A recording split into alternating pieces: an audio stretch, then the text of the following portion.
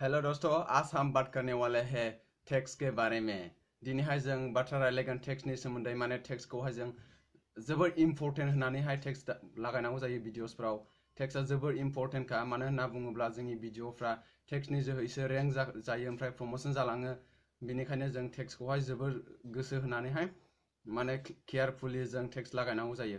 जेराव 500 वर्ड्सफोर जों टैग्स लागायनो हायो। बे 500 वर्ड्सफोरावनो जों जोंनि गासै सारा माबा टैग्सफोरखौ जों लागायनांगौ जायो। माने गोबां मानसिफ्रा गोबां टैग्सफोर लागायनानैहाय माने सार्च खालामो, जेरैहाय how to remove watermark on kind master, इदि जेन'बा बेफोरखौ जों गोबां मानसिफ्रा माबा kind master remove kind master watermark बेफोरबायदि गोबांथार माया टैग्सफोर लागायो। बेनिखायनो जों जोबोर गोसो होनानैहाय माने टैग्सफोरखौ लागायनांगौ जायो।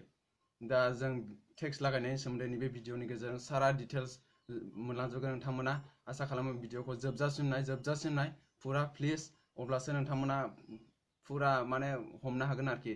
दा दिनैनि भिडिअआ जोबोर इम्पर्टेन्ट जागोन, मानो होनना बुङोब्ला टैग्सफोर जों अट'मेटिक टैग्सफोर लाबोनानैहाय भिडिअहाय माब्रै जों टैग्सफोरखौ गावनि माबायावहाय लाबोनो हायो आरोखि, भिडिअआवहाय टैगखौ लागायनो हायो। बेबो अट'मेटिक दै, अट'मेटिकखा आरोखि। नों साननांगौ जाया, साननांगौ गोनां गैया। नङाब्लाथ' जों साननानै टैग्सफोर लागायोब्ला गोबां साननांगौ दङ आरोखि। माने गोबांथार मानसिफ्रा गोबांथार साननानैहाय माने टैग्सफोरखौ लागायो, भिडिअखौ सार्च खालामो। बेनिखायनो जों साननांगौ जायो। दा नैबे भिडिअनि सोमोन्दै जोबोर इन्टारेस्टिं जागोन आसा खालामो, मानो होनना बुङोब्ला बे अट'मेटिक टैग्सफोर लागायनायनि आरोखि। दा बिदिब्ला without wasting time, let's get started. Hello दोस्तों, मैं हूँ फ्रीवॉल बोरगोयारी। स्वागत है हमारे चैनल पे। चलिए शुरू करते हैं। तो फ्रेंड्स, अब्ला नोंथांमोना ओरै फैदो क्रोम ब्राउजाराव, क्रोमाव थांनानैहाय नोंथांमोना क्रोमाव फैब्ला क्रोमाव बेबायदि फैदो। ओमफ्राय बेयाव क्रोमाव नोंथांमोना मा लिरनांगोन, रापिड टेक्स्ट बेबायदि लिरनांगोन आरोखि। रापिड टेक्स्ट नै आङो रापिड टेक्स्ट बेयाव थुदो। अब्ला नोंथांमोना बेबायदि नुनो मोनगोन। नेटआ एसे स्ल' जानानै दं, लासैनो जागोन।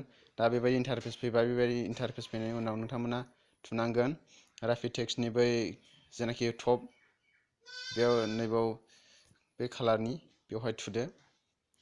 अब्ला नोंथांमोना नुनो मोनगोन जोबोर स्ल' जानानै दं नेटआ। नुगोन।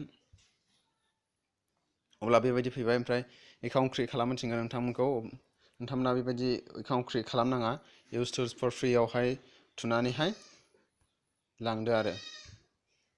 अब्ला बेबायदि नुनो मोनगोन। ओमफ्राय बेबायदि फैबाय। दा नोंथांनि जेनाखि टेक्स्ट लागायनाया मा टेक्स्ट लागायनो, बेखौहाय नोंथांमोना नैबावहाय सार्च खालामनांगौ आरोखि। माने नोंनि टेक्स्टआ मानि सोमोन्दै, जेन'बा साप'ज मोनसे टेग आरोना, टेग चेनेलनि मोनसे कुइसन, जेन'बा हाउ टु